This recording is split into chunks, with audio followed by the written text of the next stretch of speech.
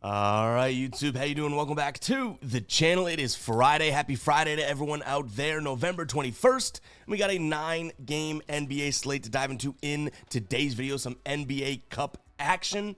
In today's video, I'm going to dive into each and every one of these games. I'll give you my prediction on the side. I'll give you my prediction on the total. We'll talk about any other plays like player props that we like within the game as well. But as always, guys, make sure to keep an eye down on the pinned comment of this video. That's where you'll find all of my final plays so that I'm actually rolling with myself. If that does interest, if you do want to fade me, all of that absolutely free down in the pinned comment. In terms of how we did yesterday, we go 2-2.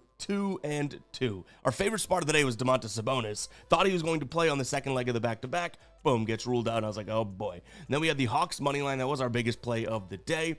Zachary Ricochet, neither one of those came through in that game. Had that one pegged all wrong. Tristan Da Silva was kind of a sweat-free one. Almost wished we wagered a little more on him there, but a 2-2 night. Not exactly going to cry over a little bit of spilled milk, but yeah, some milk did spill. That was a slightly negative night. Where the vibes do turn around is the ride of the day. We picked two of you yesterday. Pumping some crowd noise.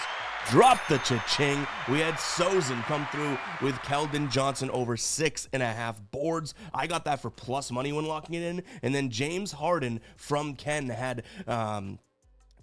we had James Harden over 26.5 points, and he dropped over 30 there as well. So 2 ride of the day cashes.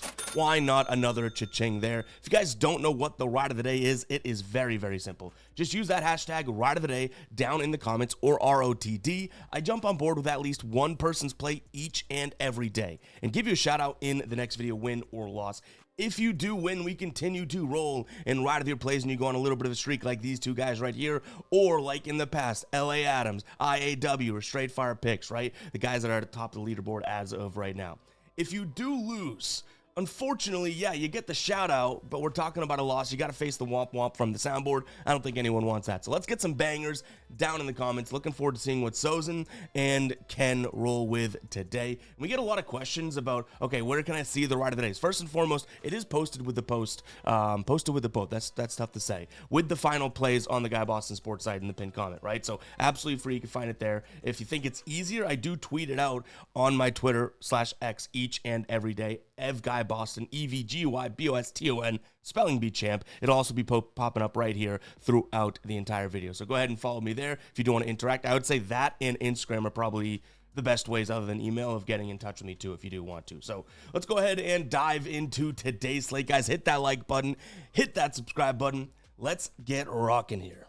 First game up here is the Cavs taking on the Pacers. Now, the Cavs are 13.5 point favorites, and it is important to note that this is the NBA Cup, right? So when we look at some of these bigger spreads, it's not exactly like every single night where you'd be like, oh man, like, you know, we could have a blowout or these guys may not play. No, in the NBA Cup, point differential is a factor, so teams want to win by as many points as possible, more often than not. And actually, before we even dive into this game, will you guys let me know your thoughts on the NBA Cup now that we're a few seasons into it? What do you guys think of it? Let me know down in the comments. I hate to say it. I mean, I'm glad the NBA is doing different stuff and like it's kind of meh to me at this point. Like, other than knowing teams may be playing their stars a little more and that type of thing, and maybe it's a better product because we get that from a viewer standpoint, it's kind of losing its luster. Am I crazy for that? Maybe I'll come back around on it. But yeah, I'm just kind of, I don't know. NBA Cup is kind of meh to me right now. But let me know your thoughts on it down below. But let's dive into this one. I don't mind the Cavs in this spot. So obviously, like I just mentioned, 13 points is a lot. But we do have the fact that, you know, it is the NBA Cup and we should be seeing them at least try as hard as they can right now. From a perspective of where the Cavs score, it is a very heavy three-point shooting team right now. This is a Pacers squad that is very good at defending points on the perimeter. So that is where you could kind of get me and be like, how is this such an easy Cavs spot? The problem is they do have guys like Mitchell and Mobley that obviously are able to drive and score really efficiently down there. This Pacers squad you're going to be hard-pressed to find a squad that is as consistently bad down low as them. So far this season, allowing they're 30th ranked in terms of allowing points in the paint. And you can see over here in the paint, so outside of the restricted area, nearly 50% of their opponents. And then at the restricted area, 72% to their opponents. That ain't great, guys. Then check this out. Pick and roll ball handlers against them, right? Coming off the screen, 30th in effective field goal percentage, 30th in score percentage. So I think guys like Donovan Mitchell and Evan Mobley, the two studs on this team, have fantastic nights tonight. So I'm going to lean towards the Cavs minus the 13.5. Yes, it's a big number. I probably would be a little bit more hesitant if this was just a random game, you know what I mean? In terms of a total 239.5, I would take a peek at the Cavs team total over. I'm not all that confident that we have a Pacers team that is second to last in terms of offensive efficiency. I don't know if I'm all that confident in them scoring on what I'd consider probably, a top 12, 11, 10 defense in the league right now. Unfortunately, we're not going to have, Darius Garland in this one. He's missed a couple games here, but it would be a fantastic matchup for him in the pick and roll. But yeah, I think we're going to rely on Donovan Mitchell and Evan Mobley here. So that kind of brings us to the player props. I do like both of those guys. Donovan Mitchell, points plus assist, I very much like. He's hit that in 7 of his 9 last games. So it's 33.5 right now. He's hit it in 7 of his last 9 games against Indiana. Again, hopefully he's getting his normal minutes allotment because of the NBA Cup action. We flip it over, and I also just don't mind his assists either. I think that he's been kind of spotty to this line, recently. I think, what is his line? At 5.5 right now. He's only hit it in 6 of his 14 games, but I still like him coming off the screen today. And then Evan Mobley. Like, this guy lives in the paint. I mean, I know he's shooting some threes now, but we don't need to rely on that. 20% and 44%. So 64%, good math, Ev, of his points come from in the paint or the restricted area. I just mentioned how this Indiana Pacers team really does struggle. And guess what? They also foul at a really high clip. Like I told you guys with Jalen Duren a couple weeks ago or a couple games ago, this Pacers team fouls big, man. Evan Mobley is your guy tonight. So I'm going to take a peek at him. And honestly, because I like those guys, I like the Cavs, there's a lot of potential same game parlay potential in this one for me as well. So keep an eye on the final plays. Would not be surprised if we have some action in this game tonight. Celtics taking on the Nets. So we did just see this matchup, and the Celtics ended up winning it 113-19. So they won by 14 points. Now they're 15.5 point favorites. They are at home here, and I just got finished talking about obviously how these games matter and whatnot. As a Celtics fan, I have admittedly been a little pessimistic about this squad this season. I'm not a huge Jaylen Brown offense runs through you guy. I think that he's a guy that can give you 30 any night, but they need that facilitator. Another Celtics topic for another day. I don't love them at 15.5 points here. I think they win this game? Yeah, I do, but like by 13 or 12 or something like that yet again. So I think the pivot for me would probably be to take a peek at the Celtics team total over. That way we don't have to worry about them, winning by 16 points. Like, that's an Oklahoma City Thunder number, you know what I mean? So this Celtics team just does not blow my socks off this year. But right now you can look at them over 116.5. I know they haven't been doing that like crazy, but this is a Brooklyn team that's allowing over 120 to their opponent. So I think that that's how I would play this, because I really don't have the cojones to lay, to drop 15.5 points with the Nets either. Like, they could easily come out here and just get smoked by 20 points. So it's not like I'm sitting there being like, I don't know about the Celtics. The Nets are definitely the move. No, I think the pivot and the sort of end around way, beat around the bush would be Celtics team total over, which I guess is the hybrid between the side and the total, if you're asking me there, because I don't mind the idea of the over. The Celtics do have a really good defense, like kind of a surprisingly good defense to me, just based on their personnel and, I guess the season that they were set out to have, but no Cam Thomas either. I don't know if I can fully trust the Nets to carry enough water to do their part in this total. So Celtics team total over is what I'd look at here. From a player prop perspective, I think it's pretty clear the guys that I like. The lines are a little bit high. Pritchard, 17.5 points. Really do love that. He's hit 24, 30, and 22 in his last 3 games. That 22 coming against Brooklyn, obviously, right? He's also in his last 6 games against Brooklyn looked very, very good against them. Last 6 games dating back to last year, right? He's averaging 20.8 points. He's hitting 5 of his 6 games. So might be a good look there. But Derek White also, who has been kind of up and down. He's had scoring nights. I think that this could be a really good night for him as well. So much like we talked about with the Cavs game, maybe there's some same game parlay-esque potential here where we look at like Pritchard 15 plus, White 15 plus, put them together, or we even knock it down more, throw in the Celtics money line. Like, these first 2 games that we looked at, definitely the players I like obviously have massively high lines for right reasons. But there might be some, massage in the numbers that could go on there to make us feel a little bit better about that. But guys, before we do move on to the rest of the games, I want to talk to you about Chalkboard. You've heard me talk about them a ton because it's one of my favorite player prop DFS apps out there right now. And I shouldn't even say player prop apps because they have game picks. You can pick a money line. You can pick a spread. You can pick a total. Really, really cool stuff, guys. And today, you get a Steph Curry 0.5 PRAs line. If he scores 1 point, guess what? Bang, you cash. He gets a rebound. Boom, it cashes. He gets an assist. Boom, it cashes, guys. It'll just boost the payout for your entry. Go check it out, guys. That link will be down below in the description as well as the pinned comment. Make sure to use code GUYBOSTON, GUYBOSTON. I told you I could spell. You're also going to get your first deposit matched. It's an absolute no-brainer. You want to go cheapo deluxe? Throw in 10 bucks. You'll get 20. Boom, you're off to the races, right? You want to go a little bit more? 50. They'll give you a free 50. You'll have 100. You can do the math, right? You put in 100. They'll double it and give you another 100. You have 200 bucks in the app. Really, really cool. Simple to use as well. And they have a ton of alternate lines and boosts that they throw out each and every day. You guys seen me posting it on Instagram, right? So go check it out, guys. Again, that link will be down below in the description as well as the pinned comment. Let's jump back into these games, shall we?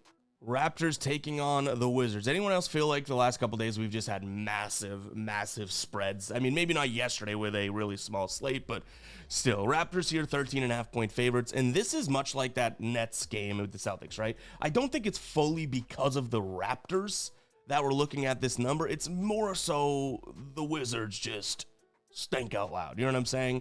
This Raptors team is 10-5, 9-6 against the number, 3-2 at home. Like, don't get me wrong, but I think it's much like the game that we just talked about, where the Nets are so bad, the Wizards are so bad here that they have big numbers against them.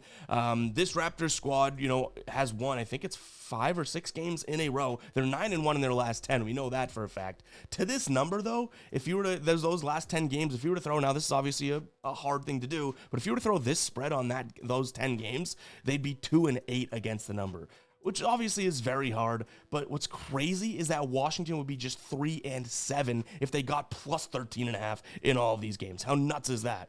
Give me the Raptors here, minus the 13.5. I hate to be the chalky Chalkson over here, but like the Pacers banged up going up against a good Cavs team. Nets, terrible, going up against the Celtics team. Wizards, terrible, going up against the Raptors. Like, it's hard to look at these underdogs with these big numbers today. They're really, really fringe spots where it's like, yeah, that's a lot to lay as the home favorite, right? But is it enough to give a Washington team that is just getting pulverized by plenty of teams that they've seen? You know what I'm saying? Like, they lost 135 to 112 to the Rockets. 135 to 112. Not saying the Raptors are the Rockets, but they've had some bad games on there. 148 to 115 to the Cavs. Not saying the Raptors are the Cavs, but 136 to 107 to the Celtics. Raptors a little bit more of a parallel to the Celtics, right? And even still, that came through. So give me the Raptors in this spot. In terms of kind of why we would like that, it just comes down to the Washington defense. You have one of the most efficient offenses in the league that plays at a fast pace in the Raptors. I think they go out there and put up a big number. Again, not to keep drawing parallels to the Nets, but I'm not sure if I fully have trust in the Wizards carrying their weight in terms of getting to that total. So it's going to be a big number, but I'd still lean Toronto team total over. I think that any of the players in the Raptors could probably have good games today, which kind of puts us in a peculiar situation, right?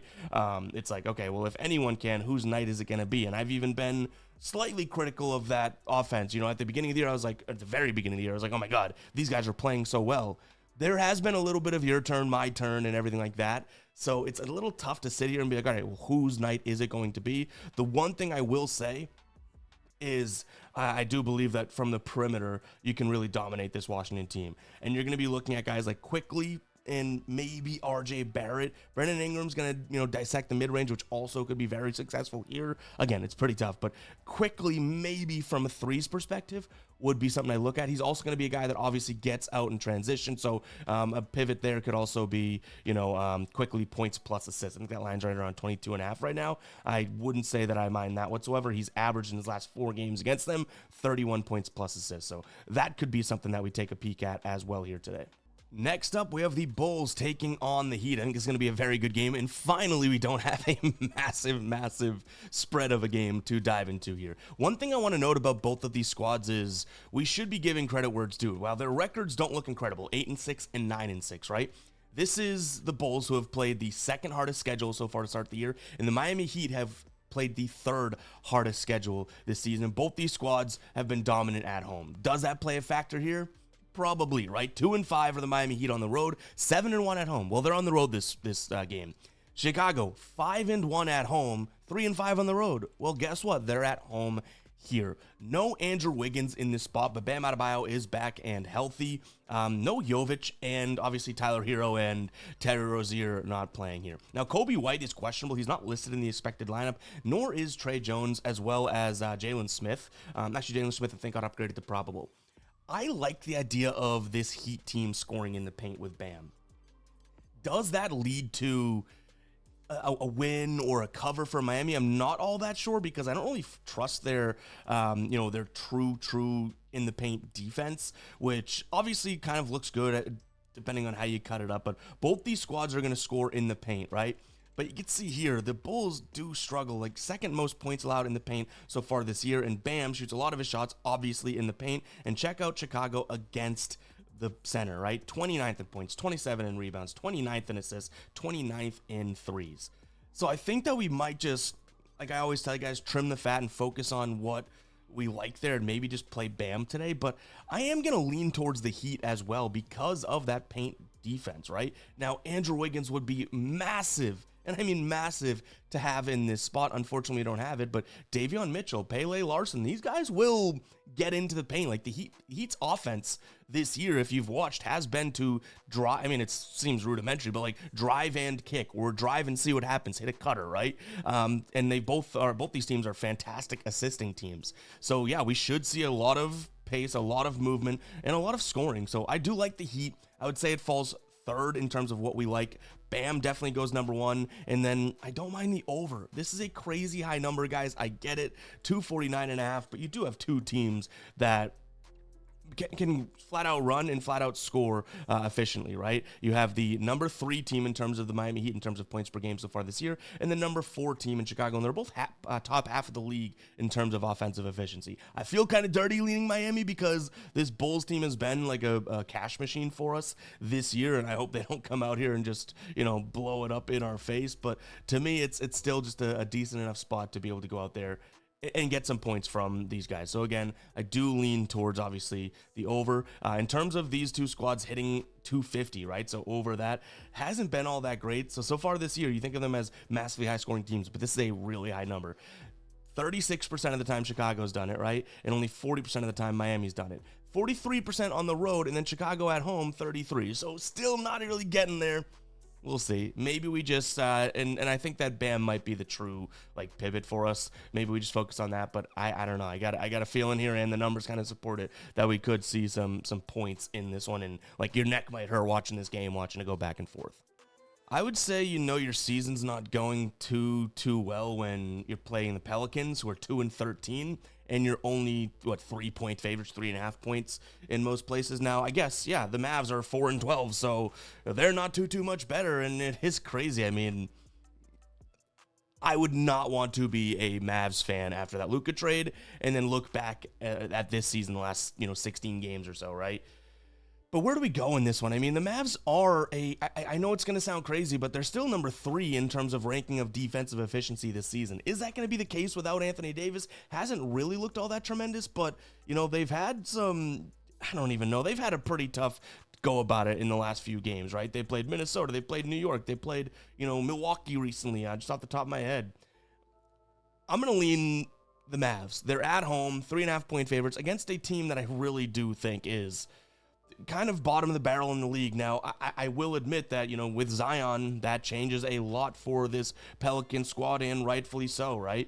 But still, I mean, this is also a team that has gone through a gauntlet. Their last 3 games, Denver, OKC, and Golden State. But I just would like to sit here and think, okay, this Dallas team at least will play some decent enough defense. Derek Lively's there at least to play some big man minutes with Anthony Davis being out. You have obviously PJ Washington, and this is a Pelicans team that's not exactly the best shooting team. If they do try and score in the paint, I'm thinking Dallas stops them. So give me the Mavs. Give me the under in this game. But boy, oh boy, out of all the games we talked about, and we talked about some big spreads, right?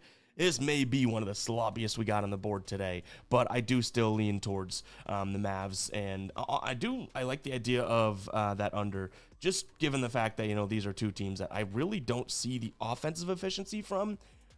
I'll give the credit to people liking the over in this one, that this Pelicans team is just so strugglesome, defensively, that maybe the Mavs have their best offensive output of the entire year. Sure, maybe that happens, but last time we saw these two teams play, very similar, right? And this was just, I want to say 2 weeks ago, 101 to 99.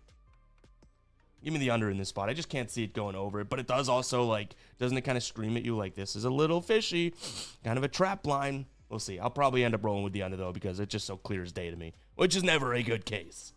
Suns taking on the T-Wolves. Now, this should also be a very, very good game today. You have two squads that I do think have, like, high ceilings in terms of scoring, but they can also buckle down defensively, right? This Minnesota squad, I do think, in my opinion, I could see someone making the argument either way. I do think that they have, by like far and away, higher end talent with Edwards and Randall. But sure, Devin Booker could be right. Like, he might be the second best player in this game, right? Edwards, Booker, Randall. I don't think it's like the top two guys on the Minnesota side of things. Jaden McDaniels is questionable in this one. Grayson Allen and Jalen Green both out. Here, and I'll show you via the dashboard better than I can tell you. Now, this is the NBA dashboard, guys. We make it each and every day. Check it out, GuyBostonSports.com. Head to the members area and sign up for the month of November. So you got a few days left. You can use code EV5, EV5. You'll get the dashboard, both the NBA and NFL, so the all sports package for $4.99. Go ahead and check it out, guys. I promise you'll love it. Once you spend some time with it, you'll learn to love it, because this thing has so much data and we're constantly adding to it. And I could say that because I built it myself and I'm very confident in it, okay? And it's taken us years to get it to this point. This is what I want to look at here.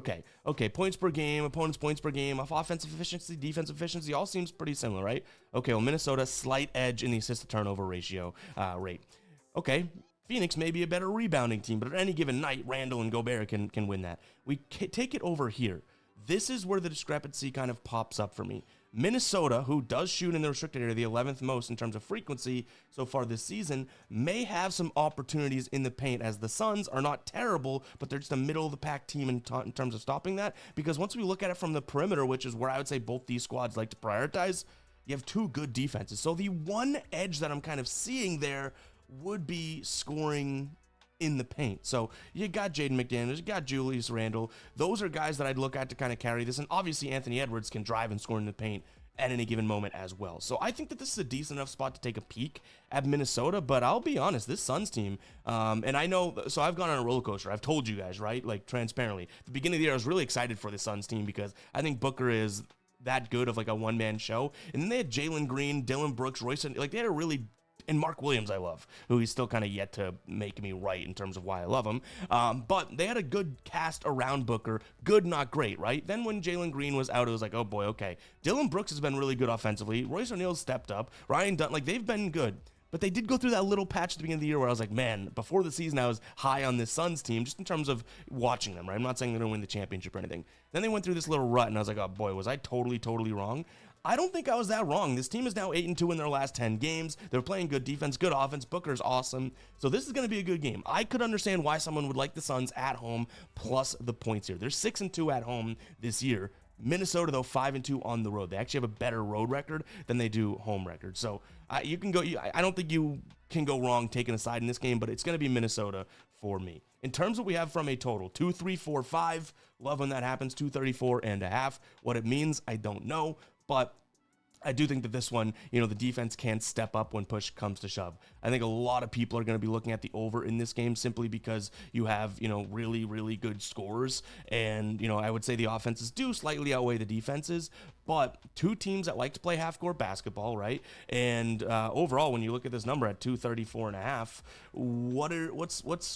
both these teams are like 50-50 over their last couple games doing this. Minnesota, when they are on the road, 60% of their last 10, so 6-10 to the under. And when Phoenix is at home this season, 63% of the games have gone under this number. Last 10, it's been 6-10 as well. So I really don't mind the spot. Last time these two teams played, it was last year, 116-98.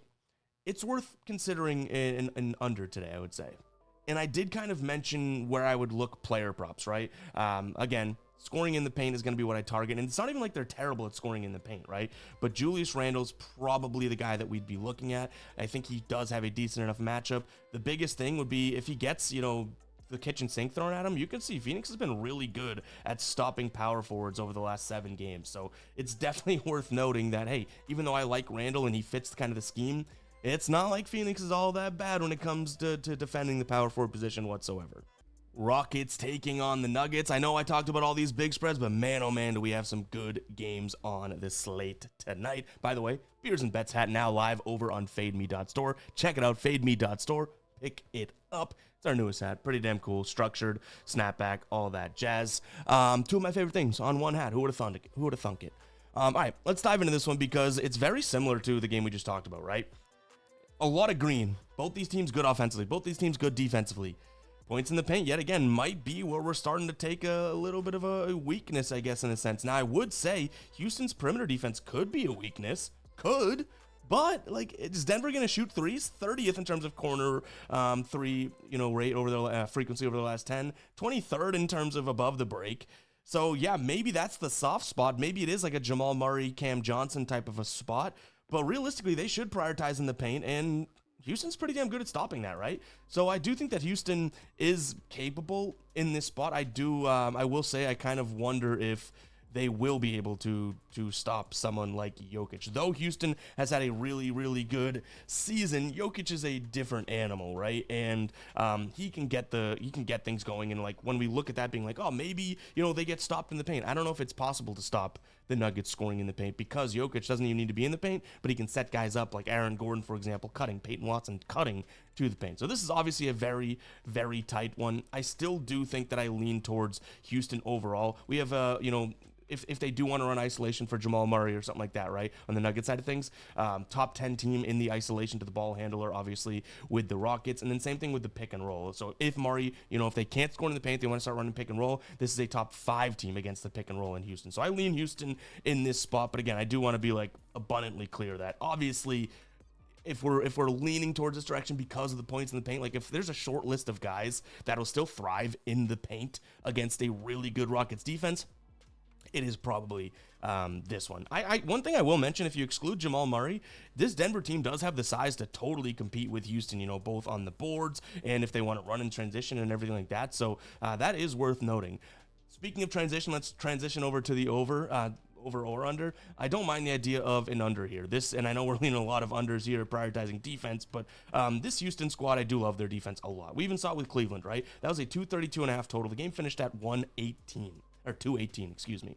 Denver, same exact thing. They've started to come back down to earth. All right, let's slow things down a little bit. They've hit like 3 or 4 overs in a row. This is a game where they should, and that was against, Minnesota, Chicago, New Orleans. Like some of these games have a little bit less defensive pressure involved in them. So I think that we have 2 kind of titans defensively and offensively hitting each other, and I'm going to trust defense on that side of things. I did mention slightly where I would look, player prop wise, Cam Johnson, also Jamal Murray. I would probably be looking at them, I don't want to say strictly, but I would be focusing on them from threes. I think that's how you target it. Cam Johnson right now over 1.5. It is slightly juiced, but I think that he's definitely capable of it. I also don't mind his points at 11.5 if you feel a little bit more comfortable with maybe a couple more shots that aren't threes, that type of thing. Warriors taking on the Blazers. Still looking like no Jonathan Kuminga here for the Warriors. Holiday and Sharp are both questionable on the side of the Portland Trail Blazers, as well as Robert Williams. Then Jeremy Grant is probable. Draymond Green and Jimmy Butler also on the injury report as probable. Buddy Hield too. So there's a ton of injuries here in this spot. But let's face it, I think this is too many points for the Golden State Warriors to lay. Yeah, they're 5-0 at home. I get it. It is the NBA. Like I get a lot of the factors here. But this Portland team, I do like, and I like them keeping games close and keeping things frisky against a Warriors team like this. We saw them beat the Warriors with Steph by 20 points earlier in the year. I'm not trying to tell you the Portland Trailblazers go out there and beat this Warriors team to death again. But I do think that they have what it takes to keep it close. Golden State, a big perimeter shooting 3. Shocker, Steph Curry's on the squad. Right now, 8th is where Portland ranks in terms of 3 points allowed per game. And then on the other side of things, they like to score in the paint. They'll shoot from 3 as well, but Golden State's good defensively there. But they'll score in the paint, right? Number 1 team in terms of restricted area points, or restricted area field goal attempts per game. Golden State, not all that tremendous down there. They're actually really good at defending the paint, so outside of the restricted area. But in there, at the rim, not all that great. And it makes sense, right? You have Draymond Green as your true big on a starting night-to-night basis. I know they have other guys to toss in, but just overall from a perspective of, size, like Donovan Clingan, biggest guy on the court the minute the game starts. Denny Advia, one of the bigger guys on the court, which is crazy because he's not even that big, right? Kamara, a little bit longer. Like, this Portland team, I do think outsizes Golden State, and I think that that's going to come back to bite Golden State. So I do lean Portland in this spot. In terms of a total, this is a really, really tough one because though I think, Portland is going to score in the paint, I also don't mind the idea of both these teams playing some decent defense, right? Portland covering the perimeter, love that. Golden State covering the perimeter, I love that as well. And Portland does shoot a decent amount of threes. Like, they're a three in the paint type team, not much in between. So yeah, it's gonna be a lean towards the under. I feel like I've said that word a lot today, but hey, I guess it's just the Defense Friday. Comment Defense Friday if you made it this far in the video. Player prop wise, I want to see, and all this is based on injury reports coming out and kind of as expected, right? If Holiday, even him, just simply he doesn't play, I'm probably off this game because he's been such a crucial piece to this Trailblazer squad. So let's keep that in mind that injuries obviously play a big part. Same thing on the Warriors side of things overall. If all those guys play and then Holiday doesn't, then it's kind of a big yikes moment for me. But either way, comment Defense Friday, and from a player prop perspective, nothing that I'm like overly thrilled with. We close it out with another big one, big spread here. Utah taking on the Thunder. It is our last game of the day. What was it, yesterday or 2 days ago? A couple videos ago, maybe it was yesterday. I said, we move on to our last game. And someone's like, why the heck did you say last like that? That's not your voice. What a fake accent. I'm like, do you think I was like trying to like get it through the camera that that's how I pronounce the word last? I just said the word weirdly, you know what I mean? Hey, you got someone by the you-know-whats when they're commenting on your very last word. That's pretty crazy. But the guppies are going to gup, you know what I mean? But anyways, again, we have plenty of things that we could talk about. A time for another tale or whatever the saying is. Let's dive into this one briefly. Utah taking on OKC. I mean, OKC is obviously the better team by far and away, and they do love just like crushing teams when they have big spreads, but they haven't really done it recently. Now, is it to their fault? No. Their last 3 games, 17-point favorites against Charlotte. They won by, I think that was only like 13, but like, or actually, yeah, was it something like that? It was like 13, which is also crazy being like only 13. They were 18.5-point favorites against New Orleans. They won by 25 or something like that. Or actually, no, it would have been 15, sorry. Mathematician, not working this morning. And then 18.5-point favorites against the Kings, and they won by 14 points again. So it's like they're winning by 14, 13, 15 points, but not covering these big numbers. But that's not enough for me to get to the Jazz, right? It's still an NBA Cup game. You're still looking at, obviously, the best team in the league right now in the Thunder. So it's a little scary to be like, give me the Jazz plus 16.5. But I don't think I can lay the points with the Thunder, so this will probably be a pivot like we've done a couple times today to an OKC team total over. In terms of what we can get right now, we don't even have that number in front of us, so I can pull it up just to give you guys like a real number to kind of base everything off of. Yeah, you'd have to look at them over 124.5. That's not like crazy. Last time they played this Utah team, 145. Their last 4, they've averaged 132 against them. On the year, they've averaged 121. So yeah, maybe, but Utah 29th, they're allowing 125 for their opponents. So maybe that's a decent enough spot overall. On the road this year, the Thunder have averaged 121. So again, fairly close, but this should be a game in which they're like, boom, let's go, let's score, point differential, blah, blah, blah. So Thunder team total over, probably the only thing that I consider in this game. But guys, that is going to wrap it up for today's show. Hopefully you guys did enjoy. If you did, go ahead and comment 33 down below. Larry Bird, baby, Larry Legend. That went in, by the way. And subscribe to the channel. Hit that notification bell because we've been going live kind of randomly. A goal of mine is to have a consistent live schedule that we can interact and just mess around with the chat and whatnot. But we don't have that just yet. And that's me being transparent. It's hard to figure out a live schedule. So hit that notification bell and also hype the video if you're watching a mobile. Definitely goes a long way. Helps us continue to build this awesome, awesome community. I'll leave you guys with that, all right? Enjoy your Fridays. Hopefully we get some nice winners out there today, and we'll catch you guys in the next one, all right? Peace out.